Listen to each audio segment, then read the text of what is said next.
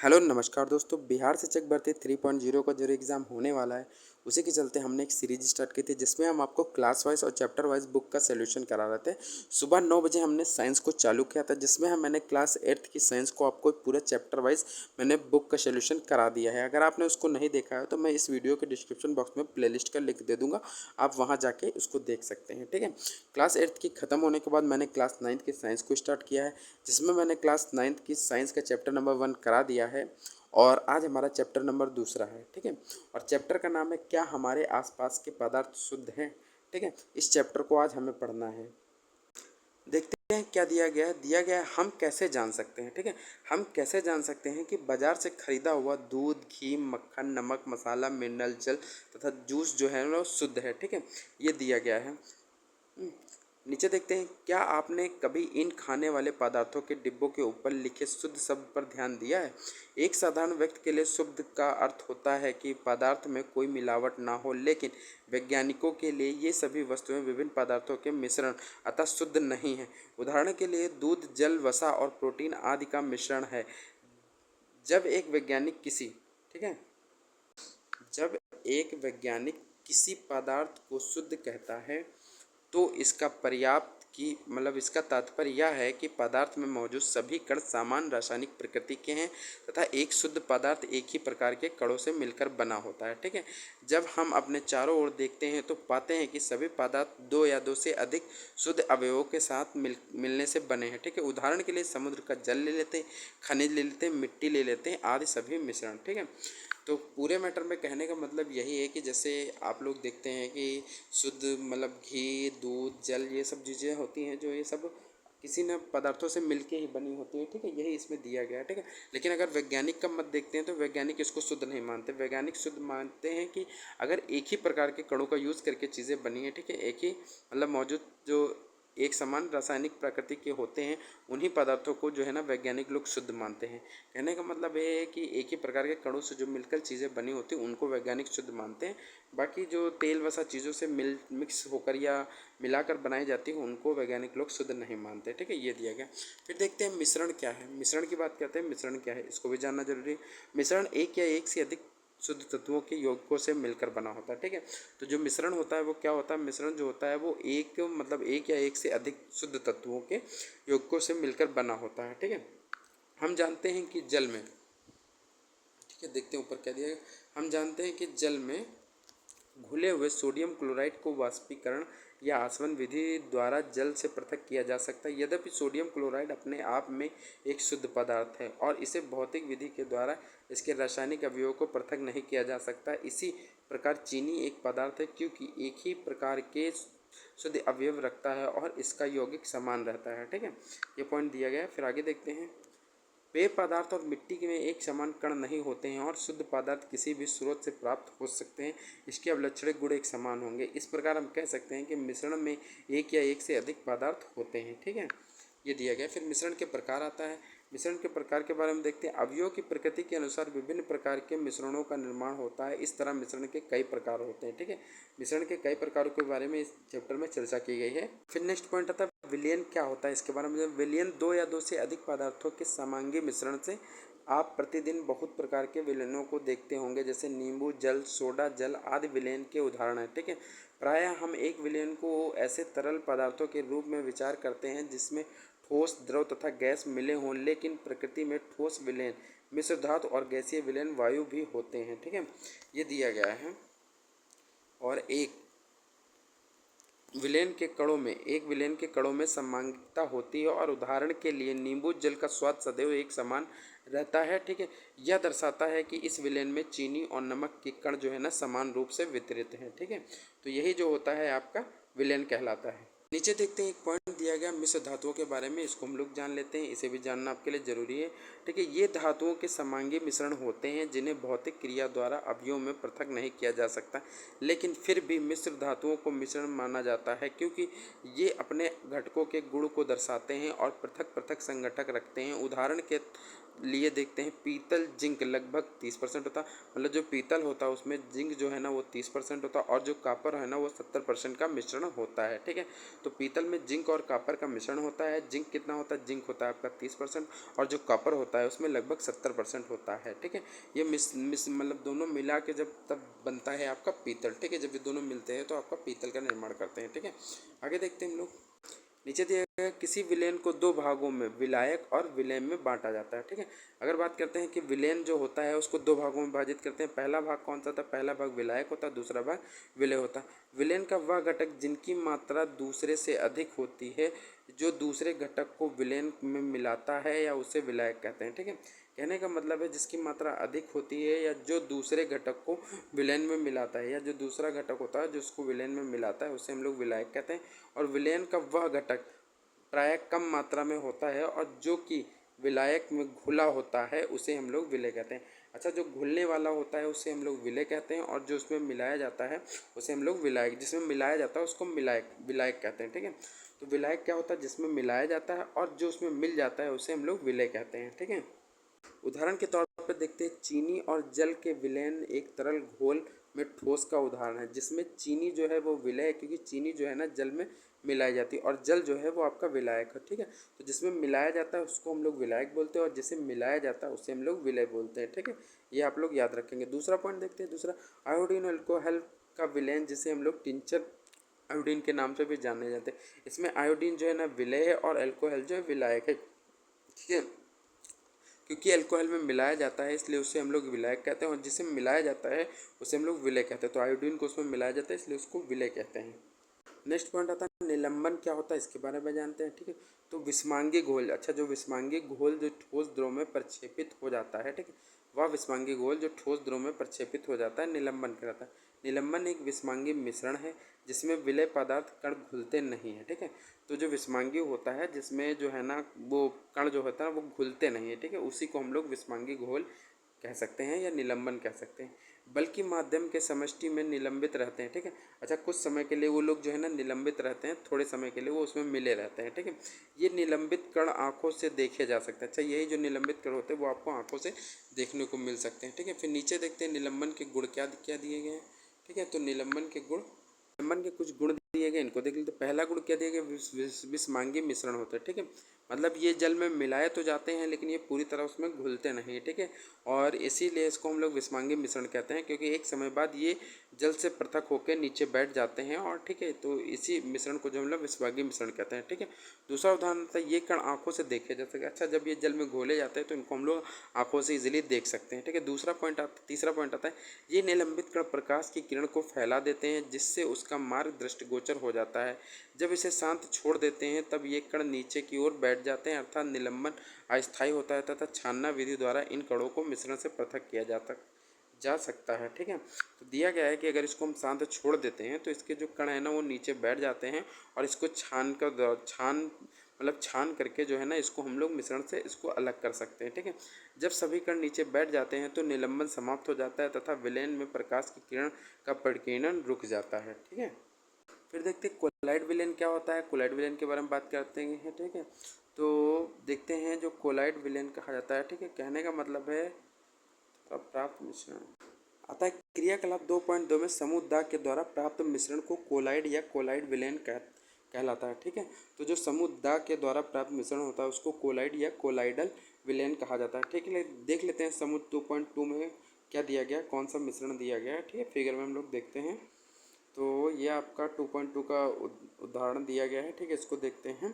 तो समुद्दा में जो था वो क्या था, समुद्दा के अंतर्गत दूध और स्याही का जो मिश्रण होता है। ठीक है, दूध और जो स्याही का मिश्रण होता है उसे हम लोग कोलाइडी विलेन कहते हैं। ठीक है, यही आपका दिया गया है। दूध और जो स्याही का मिश्रण होता है उसे हम लोग कोलाइड या कोलाइडी विलेन कहा जाता है। कोलाइडी के कण विलेन में समान रूप से फैले होते हैं और निलंबन की अपेक्षा कणों का आकार छोटा होने के कारण यह मिश्रण समांगी प्राप्त होता है। ठीक है, लेकिन वास्तविकता में विलेन विस्मांगी मिश्रण जैसे दूध, ठीक है, जैसे विस्मांगी मिश्रण दूध, और ऊपर देखते हैं कोलाइडी कणों। ठीक है, कोलाइडल कणों के छोटे आकार के कारण हम इसे आंखों से नहीं देख पाते, लेकिन ये कण प्रकाश की किरण को आसानी से फैला देते हैं। जैसा कि हमने क्रियाकलाप 2.2 में देखा है कि प्रकाश की किरण का फैलना टिंडल प्रभाव कहा जाता है, और टिंडल नामक वैज्ञानिक ने इसकी खोज की थी। और एक कमरे में छोटे छिद्र के द्वारा जब प्रकाश की किरण आती है तब हम वहाँ पर हम टिंडल प्रभाव को देख सकते हैं। ठीक है, यही आपका दिया गया है। ठीक है, फिर आगे देखते हैं। यह कमरे में मौजूद धूल और कार्बन के कणों के द्वारा प्रकाश के फैलने का कारण होता है। जब हम घने जंगल में आच्छादित से सूर्य की किरण गुजरती है तो वहाँ हम टिंडल प्रभाव को देख सकते हैं और जंगल के कोहरे में छोटे छोटे जल के कण होते हैं जो कि कोलाइट कणों के समान व्यवहार करते हैं। ठीक है, तो यही आप देखते होंगे कि घरों में जब कभी आपने देखा होगा कि सूरज की रोशनी आपके किसी छेद या किसी दीवार में कोई थोड़ा सा छेद है, वहाँ से सूरज की रोशनी आ रही है, तो आपने देखा होगा जो प्रकाश आता है उसमें आपको थोड़े छोटे छोटे बारीक से कण दिखाई देते हैं उस प्रकाश की रोशनी में। ठीक है, ज़्यादातर ये चीज़ें देखने को मिलती है, आपको गाँव में देखने को मिलती हैं। जैसे जहाँ छप्पर रखा हो वहाँ देखते होंगे कि अगर धूप की मतलब सुबह के टाइम पे रोशनी आ रही है तो वहाँ आपको देखने को मिलेगा कि प्रकाश का कण मतलब प्रकाश जहाँ पे आ रहा है उसके बीच आपको धूल कर उड़ते हुए दिखते हैं। ठीक है, तो ये वही बात कर रहा है, उसी को हम लोग इसमें समझने की बात कर रहे थे। ठीक है, आगे देखते हैं, कोलाइडी के गुणधर्म देखते हैं। ठीक है, यह एक विषमांगी मिश्रण होता है। कोलाइडी के कणों का आकार इतना छोटा होता है कि ये पृथक रूप से आंखों से नहीं देखे जा सकते हैं। ठीक है, ये इतने बड़े होते हैं कि प्रकाश की किरण को फैलाते हैं तथा उसके मार्ग को दृश्य बनाते हैं। ठीक है, जब इनको हम शांत छोड़ देते हैं तब ये कण तल पर बैठते हैं और अर्थात ये स्थायी होते हैं। ठीक है, और ये छनन विधि द्वारा, ठीक है, छनन विधि द्वारा मिश्रण से पृथक नहीं किए जा सकते, किंतु एक विशेष विधि द्वारा अपकेंद्रीकरण तकनीकी के द्वारा पृथक किए जा सकते हैं। ठीक है, आगे देखते हैं। नेक्स्ट पॉइंट आता है भौतिक और रासायनिक परिवर्तन। ये इंपॉर्टेंट लिख लेंगे। ठीक है, यहाँ से परीक्षा में क्वेश्चन देखने को मिल सकता है, भौतिक और रासायनिक परिवर्तन। ठीक है, तो पिछले अध्याय में हमने देखा है कि पदार्थों के भौतिक गुणों के बारे में अध्ययन किया है तथा ऐसे गुण जिसका हम अवलोकन या वर्णन कर सकते हैं, जैसे कि रंग, कठोरता, दृढ़ता, बहाव, घनत्व, द्रव्यमान तथा क्वथनांक इत्यादि को भौतिक गुण कहा जाता है। ठीक है, तो ये दिया गया है। फिर आगे देखते हैं अवस्थाओं का अंतर रूपांतरण। ठीक है,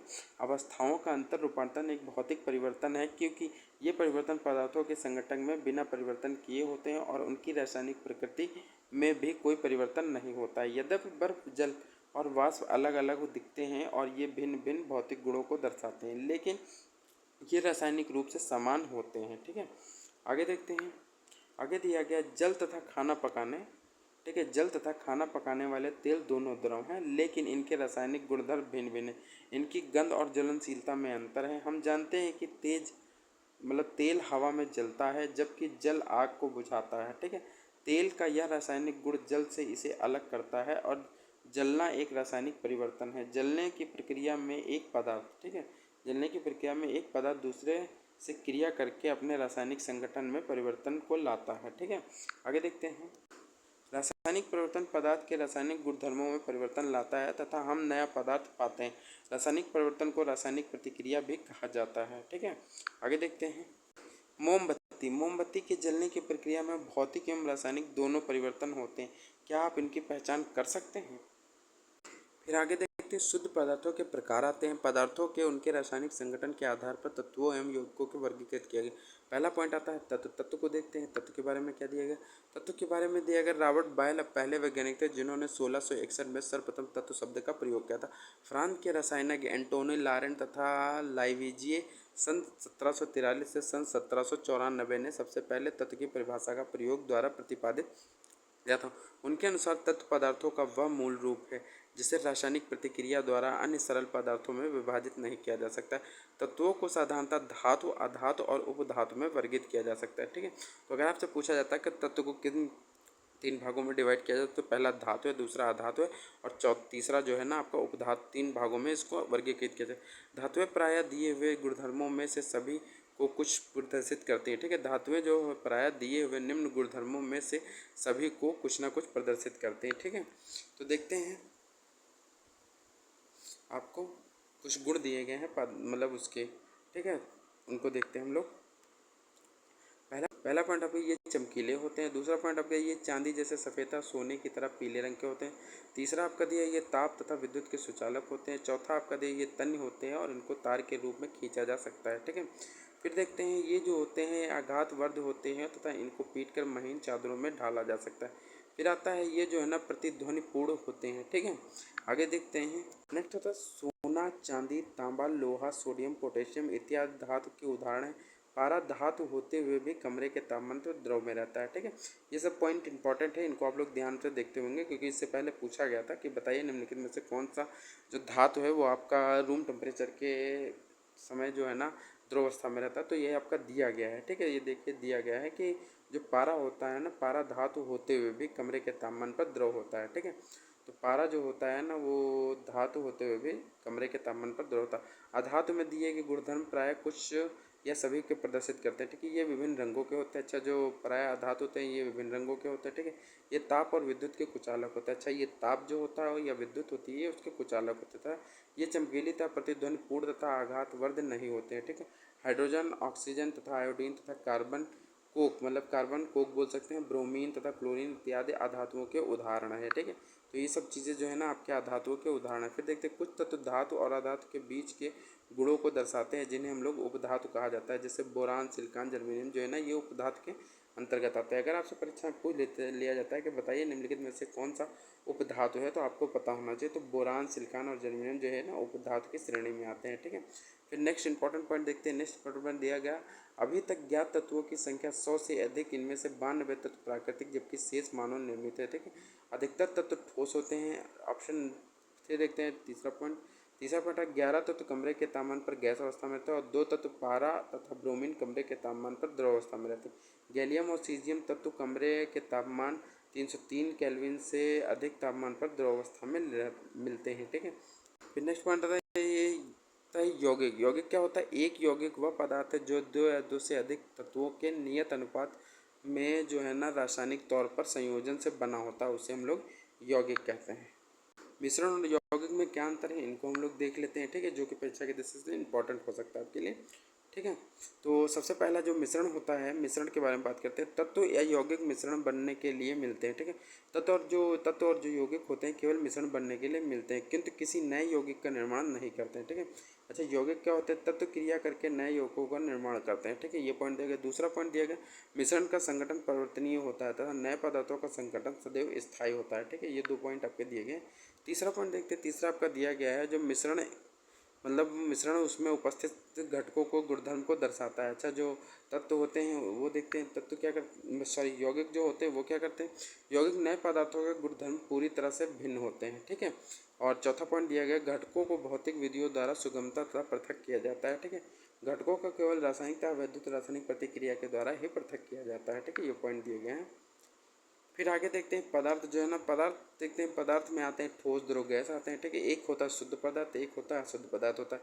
शुद्ध पदार्थ के अंतर्गत क्या क्या आते हैं? एक तत्व आता है और एक यौगिक होता है। शुद्ध पदार्थ के अंदर आता है। मिश्रण के अंतर्गत कहते हैं एक समांगी मिश्रण होता है, एक विषमांगी मिश्रण होता है, ठीक है। तो ये आप लोग याद रखेंगे कि पदार्थों को 2 भागों में डिवाइड किया गया, पहला शुद्ध पदार्थ, दूसरा अशुद्ध पदार्थ, ठीक है। तो शुद्ध पदार्थ के अंतर्गत क्या आते हैं? तत्व और यौगिक आते हैं, और जो अशुद्ध पदार्थ उसको मिश्रण कहते हैं, ठीक है। मिश्रण में क्या आते हैं? समांगी मिश्रण तथा विषमांगी मिश्रण आते हैं, ठीक है। अच्छा, जो तत्व होते हैं जैसे कार्बन हो गया, ऑक्सीजन, लोहा, हाइड्रोजन, सब तत्व की श्रेणी में आते हैं। चीनी हो गई, नमक हो गया, जल हो गई, मीथेन हो गए, ये सब यौगिक की श्रेणी में आते हैं, ठीक है। इसमें आते हैं, इसमें नमक, कार्बन डाइसल्फाइड, सल्फर, जल, एल्कोहल हो गया आपका, चीनी तथा नमक हो गया, लकड़ी हो गया, रक्त हो गया, तेल हो गया, यही सब इसमें आता है, ठीक है। आगे देखते हैं। नेक्स्ट पॉइंट आता है, हमने क्या क्या देखा है इस पूरे चैप्टर में वो देख लेते हैं। मिश्रण में एक से अधिक पदार्थ, मतलब मिश्रण जो होता है उसमें एक से अधिक पदार्थ, तत्व अथवा यौगिक किसी भी अनुपात में मिले होते हैं, ठीक है। अच्छा, जो मिश्रण होता है उसमें जो है ना तत्व और यौगिक किसी भी अनुपात में मिले हो सकते हैं। दूसरा पॉइंट आता है, मिश्रण को पृथक करने के लिए उचित विधियों में शुद्ध पदार्थों में पृथक किया जाता है, ठीक है। तो अच्छा, मिश्रण को जो पृथक करने के जो उचित विधियाँ होती हैं उसमें शुद्ध पदार्थों में पृथक्करण जो है ना पृथक्करण किया जाता है, ठीक है। नेक्स्ट पॉइंट आता है, विलयन 2 या 2 से अधिक पदार्थों के समांगी मिश्रण है तथा विलयन के बड़े अवयव को विलायक कहते हैं तथा छोटे अवयव को हम लोग विलय कहते हैं। नेक्स्ट पॉइंट देखते हैं, विलयन में सांद्रता उसके इकाई आयतन में उपस्थित विलय के द्रव्यमान अथवा आयतन है, ठीक है। आगे देखते हैं, आगे का पॉइंट हमारा क्या दिया गया। आगे हमारा पॉइंट दिया गया, वह पदार्थ जो विलायक में अघुलनशील तथा आंखों में देखा जा सकता है निलंबन कहलाता है। निलंबन एक विषमांगी मिश्रण होता है, ठीक है। नेक्स्ट पॉइंट देखते हैं, कोलाइड एक विषमांगी मिश्रण है जिसके कणों का आकार इतना छोटा होता है कि उन्हें हम सरलता से देखा नहीं जा सकता, किंतु इतना बड़ा है कि ये प्रकाश का फैलाव कर सकने में सक्षम होते हैं। कोलाइड उद्योग में तथा दैनिक जीवन में महत्वपूर्ण है तथा विलय कणों को प्रक्षेपित व प्रवेशित करता है तथा विलायक जिसमें पूरी तरह से वितरित रहते हैं उसे हम लोग प्रक्षेपण माध्यम कहते हैं, ठीक है। नेक्स्ट पॉइंट देखते हैं। नेक्स्ट पॉइंट आता है हमारा शुद्ध पदार्थ तत्व यौगिक हो सकते हैं। अच्छा, जो शुद्ध पदार्थ होते हैं वो तत्व या यौगिक हो सकते हैं, ठीक है। तत्व पदार्थ के मूल रूप होता है। अच्छा, जो तत्व होता है वो तत्व पदार्थ का मूल रूप होता है, जिसे रासायनिक क्रिया के द्वारा सरल पदार्थों में विभाजित नहीं किया जा सकता। ये यौगिक पदार्थ हैं जो दो या दो से अधिक तत्वों के स्थिर अनुपात में रासायनिक रूप से संयोजन से निर्मित होते हैं, ठीक है। नेक्स्ट पॉइंट देखते हैं, यौगिकों के गुण उसमें निहित तत्वों के गुणों से भिन्न होते हैं, जबकि मिश्रण में उपस्थित तत्व यौगिकों को अपने गुणों को दर्शाते हैं, ठीक है। तो ये सब आज के चैप्टर में हमारा था, और आज के चैप्टर में इतना ही। बाकी इसमें कुछ ज़्यादा इंपॉर्टेंट था नहीं, जो इंपॉर्टेंट था उन्हें मेन पॉइंट आपको मैंने पढ़ा दिए, ठीक है। तो हमारा दूसरा चैप्टर समाप्त होता है। कल सुबह आपको फिर से मिलते हैं चैप्टर नंबर 3 के साथ, ठीक है। तो आज के वीडियो में इतना ही। अगर आपको हमारी वीडियो अच्छी लगी तो हमारे वीडियो को लाइक करें, ठीक है। और हमारे चैनल पर अगर नए हैं तो हमारे चैनल को सब्सक्राइब करें। धन्यवाद।